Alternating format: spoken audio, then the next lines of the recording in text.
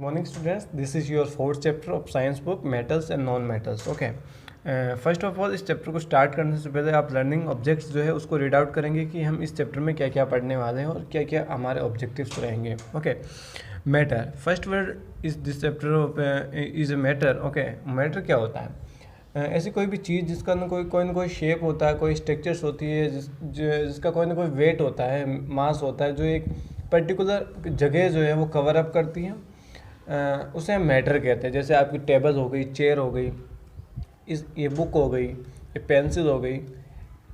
All thing is a matter, जो हम देख सकते हैं, फील कर सकते हैं, जिसका कोई मास होता है. ओके, एंड जितनी भी मैटर होती हैं, जितनी भी मटेरियल होता है, वो सब एलिमेंट से मिलकर बने होते हैं. ओके, तो matter is made up of element or a combination of elements. Okay, an element is, इसको आप अंडरलाइन करोगे, जो चीज़ें मैंने अंडरलाइन कर रखी हैं.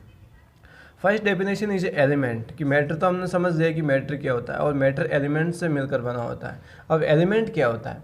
N element is the simplest form of matter and can not be broken down by any physical and chemical method.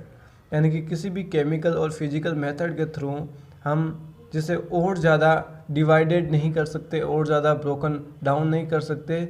Matter की उस सिंपलेस्ट फॉर्म को हम एलिमेंट कहते हैं. Okay, they are referred to us the building blocks of the universe, कि ये जो सारा ब्रह्मांड है, ये जो यूनिवर्स है, उसका बिल्डिंग ब्लॉक्स होता है कौन? एलिमेंट्स. कि सब कुछ, everything is made two elements. सब कुछ एलिमेंट से मिलकर बना है. चाहे आप इस पेंसिल की बात करो, दैट इज़ द कार्बन. किताब की बात करो, that is the cellulose. Cellulose is made of carbon, made from carbon, hydrogen, oxygen. सारी चीज़ें, कोई भी चीज़ आप उठा के देखो, ये पूरा ब्रह्मांड जो यूनिवर्स है वो एलिमेंट से मिलकर बना है. यानी कि एलिमेंट्स जो है वो एक बिल्डिंग ब्लॉक्स होते हैं. जिस तरह एक मकान को बनाने के लिए जो ब्लॉक्स और ईंटें जो होती हैं वो इम्पोर्टेंट्स होती है, वैसे ही एलिमेंट्स जो हैं वो यूनिवर्स को बनाते हैं. और जब दो या दो से ज़्यादा जो एलिमेंट्स है कंबाइन करते हैं केमिकली, तब हम उस चीज़ को कहते हैं कंपाउंड. ओके, व्हेन टू और more elements combine chemically they form compounds. तो सेकंड डेफिनेशन जो आपसे पूछी जा सकती है वो है कंपाउंड क्या होते हैं. ओके, फर्स्ट इज एलिमेंट क्या होते हैं, और मैटर आप प्रीवियस क्लास में पढ़ चुके हैं, जो मैंने आपको एक्सप्लेन किया था. The compound have entirely different properties from the combining elements. कि जो एलिमेंट्स होते हैं और उस एलिमेंट्स से मिलकर जो कंपाउंड्स बनता है, इनकी प्रॉपर्टीज़ जो बिल्कुल डिफरेंट होती हैं. फॉर एग्जांपल वाटर मॉलिक्यूलर जो होता है, H2 बोलते हैं जिसे हम, जिसमें हाइड्रोजन गैस भी होती हैं और ऑक्सीजन गैस भी होती हैं. तो oxygen and hydrogen is a element and H2O is a compound. Okay, for example, we know that both of elements hydrogen and oxygen are gases at ordinary temperature. Okay, ordinary temperature पर hydrogen और oxygen gas जो होती है वो gas form में होती हैं. Hydrogen is combustible gas with burn with blue flame and pop sound, while oxygen is gas with support combustion. Okay, कि हाइड्रोजन जो है वो होती है वो कंबस्टिबल होती है और ऑक्सीजन जो है वो कम्ब्यूजन्स होती है. ओके, एक तो आग बुझाने में काम आती है और एक आग जलाने में काम आती है, लेकिन जब ये दोनों मिलते हैं तो वाटर बनता है H2O. ओके, और H2O क्या करता है? But water A compound from the hydrogen and oxygen is a liquid. लेकिन ये तो लिक्विड होता है, जबकि ऑक्सीजन और हाइड्रोजन गैस फॉर्म में होते हैं. ओके, तो आप देख सकते हो कि प्रॉपर्टीज़ कितनी डिफरेंट होती हैं, and has entirely different properties from both of the gas. कि जो वाटर की प्रॉपर्टीज़ होती हैं इन दोनों गैसों से बिल्कुल डिफरेंट होती हैं. ठीक है, the simplest unit of N element is atom. Number third definition इस चैप्टर की है कि एटम क्या होता है. कि जो एलिमेंट्स जो होते हैं उसके सिंपलेस्ट स्मॉलेस्ट यूनिट्स जो होती हैं, the smallest unit of the element is atom. जैसे oxygen atom, hydrogen atom, helium atom. An element contains only one kind of atoms. कि जितने भी एलिमेंट्स हम कह रहे हैं, जैसे मैं कह रहा हूँ ऑक्सीजन एटम और एक कह रहा हूँ मैं ऑक्सीजन एलिमेंट्स, तो एलिमेंट्स का मतलब हो गया एक फैमिली. जैसे ऑक्सीजन फैमिली, जिसमें सारे के सारे क्या होंगे? ऑक्सीजन ही होंगे. हाइड्रोजन फैमिली मीन्स हाइड्रोजन ही हाइड्रोजन है. ओके, हाइड्रोजन के अलावा और कुछ नहीं है. हाइड्रोजन, एक हाइड्रोजन को हम कहेंगे एटम और बहुत सारे हाइड्रोजन, जैसे 2 हाइड्रोजन कंबाइन होकर H2 गैस बनाते हैं, H2 गैस, तो H2 को हम बोलेंगे एलिमेंट्स। ओके, तो एलिमेंट्स क्या, जो स्मॉलेस्ट यूनिट होती हैं उसे हम एटम्स कहते हैं। Okay, elements contain only one kind of atoms during physical change the atom of the elements remain unaffected. Okay, for example, the atom of the element sulfur are same in all the 3 states, solid, liquid and gas। चाहे कोई भी phase हो, solid phase हो, liquid phase हो या gas phase हो, sulphur sulphur ही होता है, उसकी प्रॉपर्टी चेंज नहीं होती है। That means liquid sulphur, solid sulphur and gas sulphur तीनों क्या है, एलिमेंट्स है, और सल्फर क्या है, एटम है। ओके, द एलिमेंट्स आर सब डिवाइडेड इंटू मेटल। अब जितने भी एलिमेंट्स होते हैं, अब तक कितने एलिमेंट्स जो है वो डिस्कवर किए जा चुके हैं, 116। ओके, 116 जो एलिमेंट्स हैं वो अब तक डिस्कवर किए जा चुके हैं। उसमें से जो 92 एलिमेंट्स जो होते हैं वो नेचुरल अकरिंग एलिमेंट्स होते हैं, यानी कि कुदरत और प्रकृति में पाए जाते हैं पहले से ही। और बाकी जो एलिमेंट्स हैं, कितने, 8 + 16 24 जो एलिमेंट्स हैं वो मैन मेड एलिमेंट्स होते हैं जो लेबोरेटरीज में बनाए गए हैं। ओके, अब जितने भी एलिमेंट्स हैं उसको हम डिवाइड करते हैं 3 कैटेगरीज में। First is metal, second is non metal, जो हमारा चैप्टर का ऑब्जेक्टिव्स है, and number 3 is metalloids. What is metalloid? Metalloids हम उन एलिमेंट्स को कहते हैं जिसके पास दोनों तरह की प्रॉपर्टीज़ हो, मेटल की प्रॉपर्टीज़ भी होती हैं और नॉन मेटल की प्रॉपर्टीज़ भी होती है। तो आप इसे अंडरलाइन करोगे कि metalloid possesses characteristic of both metal and non metals, यानी इसके पास दोनों तरह के लक्षण होते हैं, दोनों तरह के कैरेक्टर्स होते हैं। मेटल की तरह भी ये बिहेव करता है और नॉन मेटल की तरह भी ये बिहेव करता है। Okay, of the 116 elements discover 92 are naturally occur elements, among them 18 are non metal. अब ये जो 92 नेचुरल अकरिंग होते हैं और 18 जो एलिमेंट्स होते हैं टोटल 116 में से, वो 18 जो है वो नॉन मेटल होते हैं, 6 मेटेलॉइड्स होते हैं और बाकी बचे हुए, बाकी कितने बच रहे हैं, 68 जो एलिमेंट्स होते हैं वो मेटल की कैटेगरीज में रखे जाते हैं। अब आपका क्वेश्चन ये है कि सर कैसे पता चलेगा कि मेटल कौन है, नॉन मेटल कौन है और मेटेलॉइड्स कौन है? ओके, तो मेटेलॉइड्स तो वो होते हैं जिसके पास दोनों तरह की प्रॉपर्टीज़ होती हैं, लेकिन मेटल और नॉन मेटल में मेजर डिफरेंस कैसे हम पता करेंगे, ये चीज़ें हम पढ़ने वाले हैं इस चैप्टर में। इस चैप्टर को हम 2 कैटेगरीज में डिवाइड करेंगे। फर्स्ट ऑफ ऑल हम पढ़ेंगे physical properties of metal and non metals. Okay, और सेकेंड जो पार्ट है इस चैप्टर का, उस पार्ट में हम पढ़ेंगे केमिकल प्रॉपर्टीज़। ओके, तो इस वीडियो का हमारा एम ये है कि हम इसमें फिजिकल प्रॉपर्टीज़ पढ़ने वाले हैं कि मेटल्स के पास जो 8 प्रॉपर्टीज़ होती है, नॉन मेटल्स और मेटल्स के पास वो कौन कौन सी होती है और हम कैसे डिस्टिंग्विश करते हैं इन दोनों को। ओके, तो फर्स्ट प्रॉपर्टीज़ है वो है हमारी physical properties. Okay, physical properties का मतलब हम देखते हैं कि उसकी जो फिजिकल स्टेट जो है, फिजिकल प्रॉपर्टीज़ में पहली प्रॉपर्टीज़ जो हमारी वो फिजिकल स्टेट है। ओके, अब फिजिकल स्टेट का मतलब क्या होता है? स्टेट का मतलब होता है कि वो किस फॉर्म में है, लिक्विड फॉर्म में है या सॉलिड फॉर्म में है या गैस फॉर्म में है। तो आप इसे अंडरलाइन करोगे और आपको बिल्कुल ऑन द फिंगर टिप्स आपको पता होनी चाहिए ये सारी चीज़ें कि मेटल्स, जितने भी मेटल्स होते हैं, metals are generally solid at room temperature, कि रूम टेम्परेचर पर सारे मेटल्स जो है वो सॉलिड फॉर्म में होते हैं। लेकिन एक ऐसा मेटल, मर्क्यूरी, इसे आप अंडरलाइन करना, हाईलाइट करना, ये एक ऐसा मेटल है जो रूम टेम्परेचर पर क्या होता है, लिक्विड स्टेट में होता है। तो metal are generally solid at room temperature. Mercury is the only metal with exist in the liquid state at this temperature. Okay, non metals की बात करते हैं, ये मेटल्स की बात की हमने। Okay, non metals occur in all 3 state, कि नॉन मेटल्स को कोई फ़र्क नहीं पड़ता, ये सॉलिड में भी रह जाते हैं, लिक्विड में भी होते हैं, गैस फॉर्म में भी होते हैं, रूम टेम्परेचर के ऊपर। ओके, अब एग्जांपल क्या है? एग्जांपल है नॉन मेटल्स के कि सल्फर, फॉस्फोरस आर सॉलिड, ये नॉन मेटल्स होते हैं। ब्रोमीन लिक्विड फॉर्म में होता है, जबकि ऑक्सीजन, नाइट्रोजन एंड क्लोरीन ये कैसे होते हैं, गैसेस फॉर्म में होते हैं in ordinary condition of temperature and pressure, normal condition और प्रेशर के ऊपर। ओके, सेकंड फिजिकल प्रॉपर्टीज़ होती है मेटल और नॉन मेटल्स की, वो है लस्टर। लस्टर का मतलब क्या होता है? लस्टर का मतलब होता है चमक, यानी कि जो चीज़ें चमकदार होती हैं उन्हें हम मेटल की कैटेगरी में रखते हैं। तो metal have the shiny appearance. Okay, इनमें चमकदार गुण होता है। The characteristic shine of metal is called metallic lustre. इसको आप अंडरलाइन करेंगे और आपसे पूछा जाता है कि लस्टर क्या मतलब क्या होता है। तो मेटल के अंदर जो शाइनिंग कैरेक्टरिस्टिक्स होते हैं ना, उसको हम मेटेलिक लस्टर कहते हैं। जैसे सोना होता है गोल्ड, चांदी होता है जिसको हम सिल्वर कहते हैं, platinum, aluminium, iron, zinc and tin are some of the metal which are lustrous, जिसके अंदर चमक होती है। आप किसी भी मेटल को उठा के देखो, इनमें से सब में चमकदार आपको कुछ ना कुछ दिखेगा। In fact because of this properties gold, silver and platinum, कि प्लेटिनम के अंदर ये जो चमकदार प्रॉपर्टीज होती है ना लस्टर की, गोल्ड में, सिल्वर में और प्लेटिनम, इसकी चमकदार प्रॉपर्टीज़ की वजह से, लस्टर प्रॉपर्टीज़ की वजह से इसका यूज़ जो है ज्वेलरीज में और डेकोरेटिव आइटम्स बनाने में किया जाता है। और इन मेटल्स को अपन पॉलिश भी कर सकते हैं। Metal can also be polished. Okay, the lustre of some metal are lost when expose of the atmosphere. इसको आप इम्पोर्टेंट मार्क करना कि आपने ये डेली लाइफ में भी देखा होगा कि जो ज्वेलरीज होती है गोल्ड्स की और सिल्वर की, वो धीरे धीरे एनवायरनमेंट्स में ख़राब होती जाती है और उसमें कुछ कालापन आ जाता है। फिर हम उसको पॉलिश करवाते हैं या फिर एसिड से हम उसको वॉश करवाते हैं। ऐसा क्यों होता है?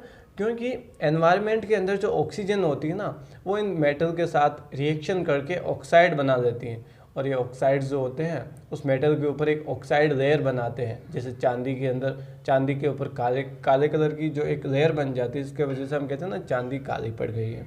सोने के ऊपर और तांबे के ऊपर कुछ भूरी भूरी परत बन जाती है, ब्राउन कलर की लेयर बन जाती है। ये इस वजह से होता है कि उसमें ऑक्साइड की कोटिंग हो जाती है, ऑक्साइड की लेयर बन जाती है। Okay, so the luster of the some metal are lost when they expose the atmosphere. This is because the metal react with air, okay, and moisture present in the atmosphere to form a thin coating of an oxide layer on its surface. The metal are then said to be transist. इसको आप underline करोगे कि इसको हम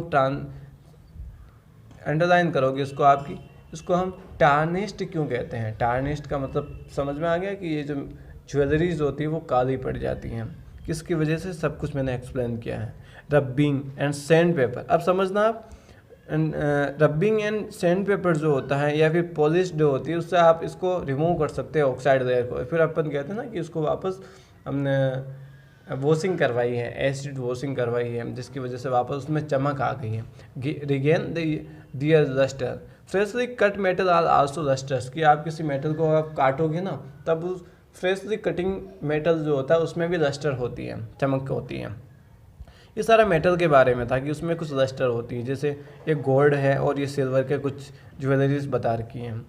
और जो non metals होते हैं ना, नॉन मेटल्स हैव डुल अपीयरेंस, उसमें इतनी ज़्यादा चमक नहीं होती हैं, है ना, बिल्कुल हल्की सी चमक मिल सकती है, बाकी नहीं। लेकिन इसको आप ध्यान में रखेंगे, ग्रेफाइट, डायमंड एंड आयोडीन, ये तीनों क्या होते हैं, नॉन मेटल होते हैं। Only non metals which have lustre, ये तीन जो मेटल नॉन मेटल है, ग्रेफाइट, डायमंड और आयोडीन, इनके अंदर लस्टर होती है। बाकी सारे नॉन मेटल्स में कोई लस्टर्स नहीं होती हैं, समझ रहे हो ना, चमक नहीं होती है। ओके, तो डायमंड चमकदार होता है, ग्रेफाइट जो है वो चमकदार होता है, पेंसिल की नोक को देख सकते हो, बिल्कुल ये चमकदार होती है। और नंबर थर्ड प्रॉपर्टीज़ है, फिजिकल प्रॉपर्टीज़ है, वो है हमारी है हार्डनेस, कि जितने भी मेटल्स जो होते हैं वो हार्ड होते हैं, स्ट्रॉन्ग्स होते हैं। ओके, तो most of the metal are hard and strong. आपको 8 प्रॉपर्टीज़ मेटल्स की एक फिंगर टिप्स पे याद होनी चाहिए, और दूसरे हैंड के जो फिंगर टिप्स है उस पर आप नॉन मेटल्स की याद करो, फिर कोई दिक्कत नहीं है ना।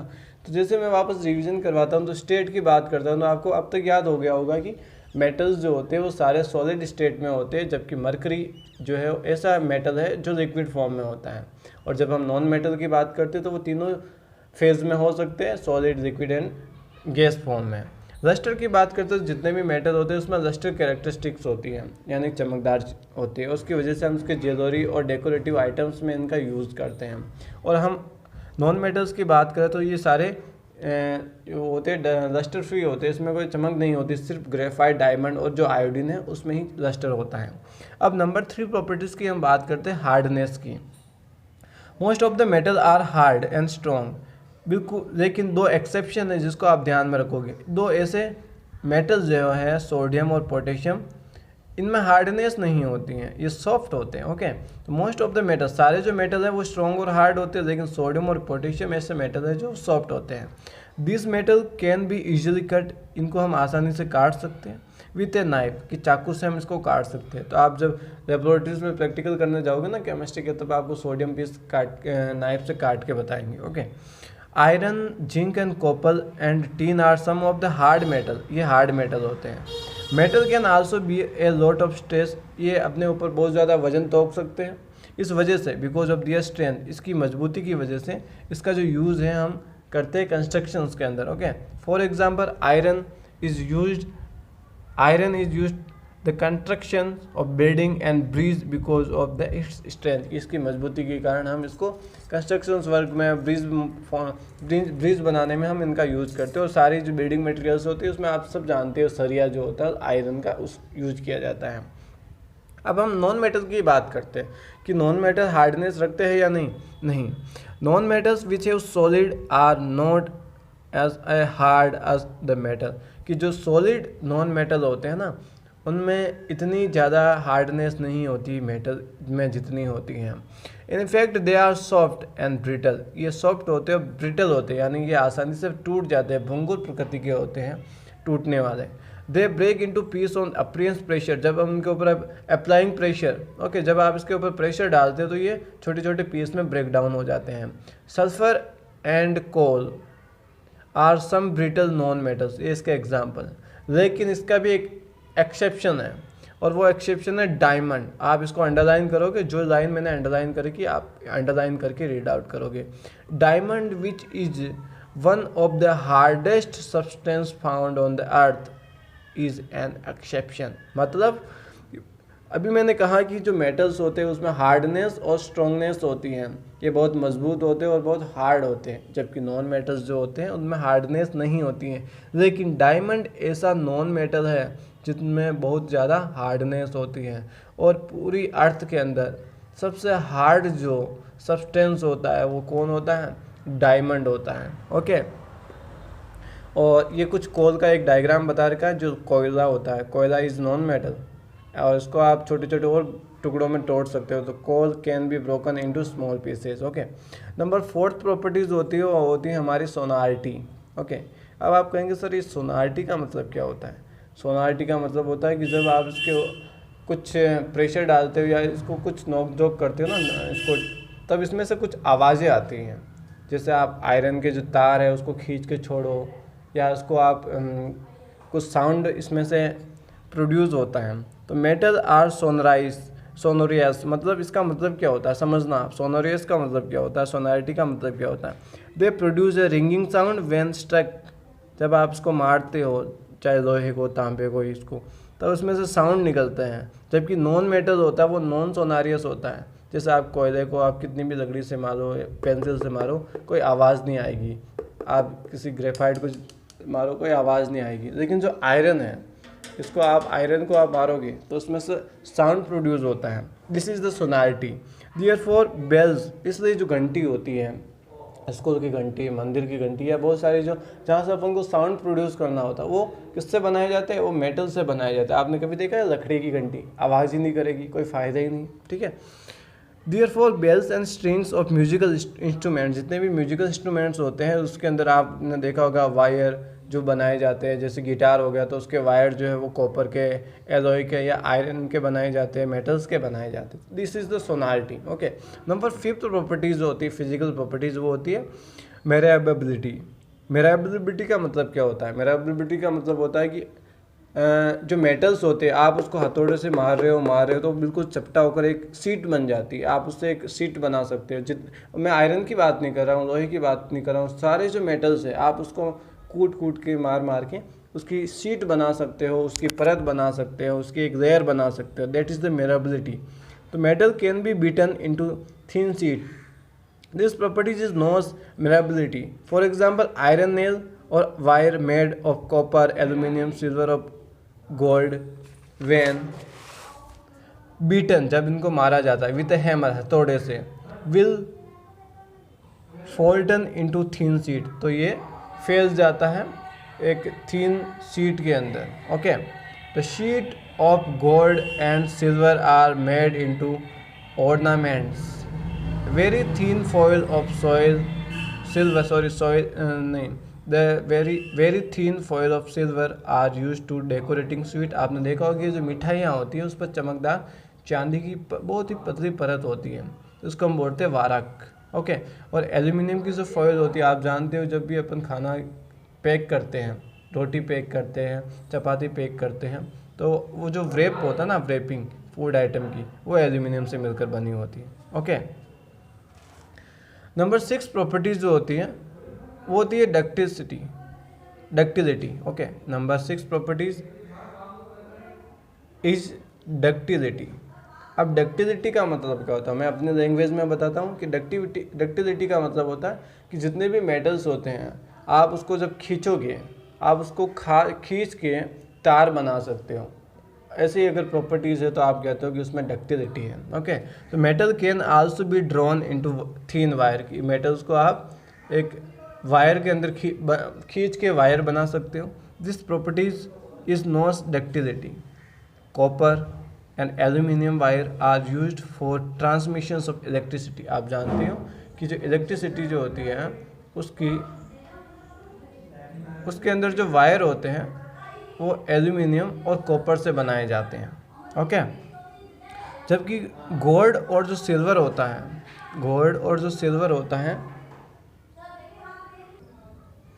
जबकि जो गोल्ड और सिल्वर जो होता है उसके भी वायर बनाए जा सकते हैं, उसको भी खींच के तार बनाए जा सकते हैं। लेकिन इस प्रॉपर्टीज़ की वजह से, इस डक्टिलिटी की वजह से, गोल्ड और जो सिल्वर होता है उसको हम ज्वेलरीज में यूज़ में लेते हैं, उसके तार बना के। अगर आप इसके वायर बनाओगे, इलेक्ट्रिसिटी वायर, तो बहुत ही ज़्यादा कॉस्टली और बहुत ही ज़्यादा महंगा पड़ता है। ओके, इस वजह से इसके वायर नहीं बना सकते। कॉपर, एल्यूमिनियम, आयरन के वायर बनाए जाते हैं। ओके, एंड नंबर 7 प्रॉपर्टीज़ जो होती है वो हमारी होती है कंडक्टिविटी। कंडक्टिविटी का मतलब होता है चालकता। की 2 तरह की कंडक्टिविटी होती है। First is a conductivity of heat and second is a conductivity of electricity. तो हम हीट की बात करते हैं। Metal are good conductor of the heat since they allow heat to pass through. जब आप किसी बर्तन को गर्म करते हो जो मेटल से बने हुए हैं, तो आपने देखा होगा वो हीट अब्जॉर्व करते हो और फिर उस हीट को फ्लो कर देते हैं पूरे बर्तन के ऊपर, और फिर आप उसके अंदर खाना बनाते हो, कुकिंग करते हो। तो हीट जो है, या फिर किसी भी मेटल को आप एक सिरे से गर्म करो, एक पॉइंट से, और दूसरा पॉइंट भी धीरे धीरे क्या हो जाता है, हीट होने लग जाता है। That is the conductivity of heat. Okay, तो metal are good conductor of heat since they allow heat to pass through them easily. Okay, आसानी से उसमें से हीट जो है वो फ्लो हो जाती है। डेट इज़ वाई, ऐसा क्यों होता है, आप सब जानते हैं यूटेंसिल्स जो होते हैं, यानी जितने भी बर्तन होते हैं किचन में, use for the cooking food are made for, ये सारे के सारे मेटल से बने होते हैं। The heat supplied at the piece of distribution all over the vessel and food get cooked. Okay, the handle of utensil, कि जितने भी खाने की जो कुकिंग की जो बर्तन्स होते हैं, यूटेंसिल्स होते हैं, वो किससे बने होते हैं, उनके जो हैंडल्स है वो किससे बने होते हैं, या तो वुड से, लकड़ी से, या प्लास्टिक से। क्यों? क्योंकि लकड़ी और प्लास्टिक जो होती है वो नॉन कंडक्टर होती है हीट की, ताकि वो गर्म नहीं हो पाए। Okay, they do not get the heated up and therefore we can easily hold.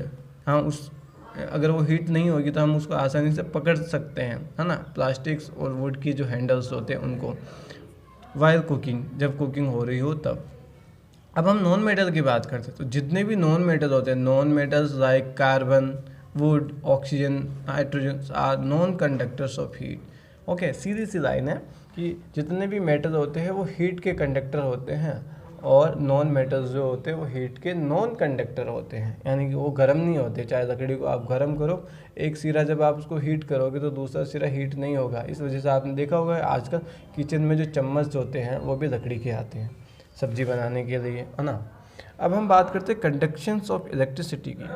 Okay, conduction of electricity का मतलब क्या, कि अगर आप एक सिरे से इलेक्ट्रिसिटी प्रोवाइड करवाते हो, जैसे मैं यहाँ पर इलेक्ट्रिसिटी लगाता हूँ, करंट लगाता हूँ, तो इधर भी करंट आ जाता है। That is the conductivity of electricity. Okay, तो metal are good conductor of electricity. जैसे silver is the best conductor, आप इसको अंडरलाइन करोगे कि जो silver is the best conductor.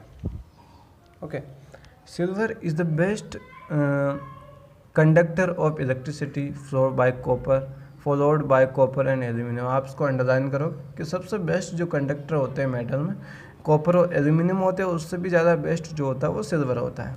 Therefore wire use to transmit of electricity are made of copper और aluminium. इसलिए electricity के जो वायर है वो किससे बनाए जाते हैं, कॉपर और एल्यूमिनियम से बनाए जाते हैं। सिल्वर थोड़ा महंगा पड़ता है, इसलिए उससे ज्वेलरीज बनाई जाती है। Silver being a costly metal is not use for this purpose, कि इलेक्ट्रिसिटी वायर में हम इसलिए इसका यूज़ नहीं लेते हैं, बहुत महंगा पड़ता है।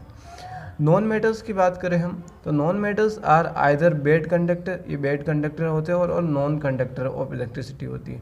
यानी कि या तो बिल्कुल ही कंडक्टिविटी नहीं होगी इलेक्ट्रिसिटी की, यानी कि लाइट फ्लो नहीं होगी, इलेक्ट्रिसिटी फ्लो नहीं होगी, या फिर बेड कंडक्टर होते हैं, ज़्यादा नहीं का अच्छे कंडक्टर नहीं होते हैं।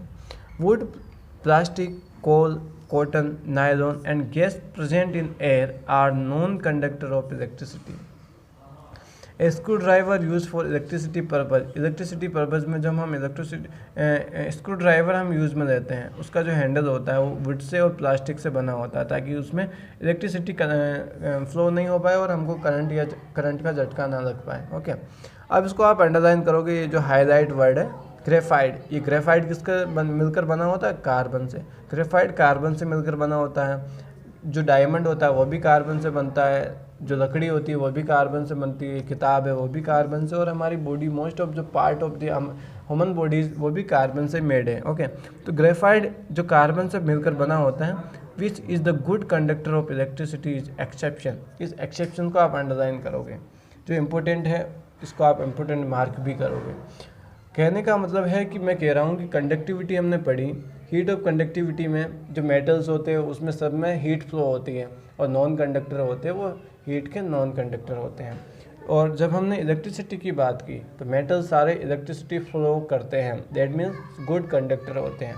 लेकिन जो मेटल नॉन मेटल है वो बेड कंडक्टर या नॉन कंडक्टर होते हैं, ये भी हमने कहा। लेकिन ग्रेफाइट तो नॉन मेटल हुआ ना, ये नॉन मेटल होते हुए भी गुड इलेक्ट्रिकल कंडक्टर होता है, दैट मीन्स ये एक्सेप्शन हुआ कि इसमें इलेक्ट्रिसिटी फ्लो होती है। अब आप कहेंगे सर ग्रेफाइट कहाँ होता है, ये जो पेंसिल की नोक दिख रही है ना, ये जो कार्बन आपको दिख रहा है पेंसिल की नोक वाला, दिस इज़ ग्रेफाइट। आप इसमें इलेक्ट्रिसिटी फ्लो करिए एक सिरे से, आपको दूसरे सिरे में करंट लगेगा, that is conductivity of heat का एक्सेप्शन है। जबकि ग्रेफाइट क्या होता है, नॉन मेटल होता है। ओके, नंबर 8 और last point of physical properties of metal and non metal. 8 point is a melting point and boiling point. Melting का मतलब क्या होता है, बॉइलिंग का मतलब क्या होता है, पहले आप ये समझिए। मेल्टिंग का मतलब होता है, मेल्ट का मतलब होता है पिघलाना, यानी कि आप किसी भी सॉलिड को जब आप हीट करोगे और किसी टेम्परेचर पर वो अगर पिघलता है, बिल्कुल मेल्ट हो जाता है, तो हम उसको उस टेम्परेचर को कहते हैं मेल्टिंग पॉइंट। और बॉइलिंग का मतलब होता है उबालना, यानी कि किसी लिक्विड को जब आप उबालते हो और वो गैस में कन्वर्ट होने लग जाती है, और उस टेम्परेचर को हम कहते हैं बॉइलिंग पॉइंट। एक एग्जांपल बताता हूँ, जैसे आइस जो होती है, बर्फ़ जो होती है, जब आप उसको 0 डिग्री सेल्सियस के ऊपर हीट करते हो, मतलब कहने का मतलब है कि आइस का जो टेम्परेचर होता है वो माइनस में ही होता है। जब आप उसको 0 डिग्री टेम्परेचर पर रख देते हो या गर्म करने लग जाते हो, धीरे धीरे वो पिघलती है और 0 डिग्री सेल्सियस के ऊपर वो बिल्कुल लिक्विड में चेंज हो जाती है, पानी में चेंज हो जाती है। तो आइस का जो मेल्टिंग पॉइंट है वो क्या हो गया, 0 डिग्री सेल्सियस। और जब हम वाटर की बात करते हैं, उस वाटर को जब आप गर्म करते हो तो 100 डिग्री सेल्सियस के ऊपर वो बॉयल होने लग जाता है, वो उबलने लग जाता है। तो वाटर का बॉइलिंग पॉइंट क्या हुआ, 100 डिग्री सेल्सियस हुआ। तो अभी हम वाटर वगैरह की बात नहीं करें, अभी हम मेल्टिंग और boiling point of metal and non metals की डिस्कशन करें। तो जितने भी मेटल्स होते हैं उनका मेल्टिंग पॉइंट और बॉइलिंग पॉइंट बहुत ज़्यादा हाई होता है, लेकिन इसका कुछ एक्सेप्शन है। क्या है समझना, most of the metal have high melting and high boiling point, but sodium, potassium and mercury, ये तीनों आप अंडरलाइन करेंगे, sodium, potassium and mercury are exception.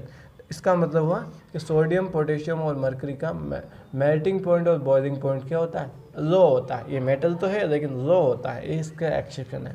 और इसका उल्टा कीजिए आप कि नॉन मेटल हैं, उनके मेल्टिंग और बॉइलिंग पॉइंट क्या होंगे, लो होंगे। ओके, तो non metal have low melting and low boiling point, but इसको एक्सेप्शन के रूप में आप अंडरलाइन करोगे कि ग्रेफाइट का एक्सेप्शन होता है, मतलब ऐसा नहीं होता है, उसका उल्टा होता है, जैसा है वैसा नहीं होता है, उसका उल्टा, दैट इज एक्सेप्शन। कि जो ग्रेफाइट है वो नॉन मेटल है, और नॉन मेटल में मेल्टिंग और बॉइलिंग पॉइंट क्या होना चाहिए, कम होना चाहिए, जबकि ग्रेफाइट का मेल्टिंग पॉइंट और बॉइलिंग पॉइंट क्या होता है, हाई होता है। Okay, next point is from the physical properties. जितनी भी हमने फिजिकल प्रॉपर्टीज़ पढ़ी है, 8 फिजिकल प्रॉपर्टीज़, कौन कौन सी फिजिकल प्रॉपर्टीज़ थी, 8 की 8 आपको फिंगर टिप्स पे याद होनी चाहिए। Physical state, lustre, hardness, sonority, malleability, ductility, conductivity and melting and boiling point. इसमें हमने क्या क्या पढ़ा कि मेटल के पास क्या क्या होता है। मेटल के पास सॉलिड, मेटल जो होते हैं वो सॉलिड फॉर्म में होते हैं, ये स्टेट हो गई। हार्डनेस एंड स्ट्रॉन्गनेस, ये इसकी हार्डनेस हो गई। सोनारिटी में ये सोनारियस होता है, मेरेबिलिटी में ये मेरेबल होता है, और डक्टिसिटी में डक्टाइल होता है। And good conductor of heat and electricity, ये कंडक्टिविटी हो गई। लस्ट्रस में लस्ट्रस होता है, एंड मेल्टिंग और बॉइलिंग पॉइंट में ये हाई मेल्टिंग और हाई बॉइलिंग पॉइंट होता है। कुछ एक्सेप्शन होते हैं जो हम पढ़ चुके हैं। और नॉन मेटल्स की हम बात करें तो non metals on the other hand में बी सॉलिड, लिक्विड और गैसियस।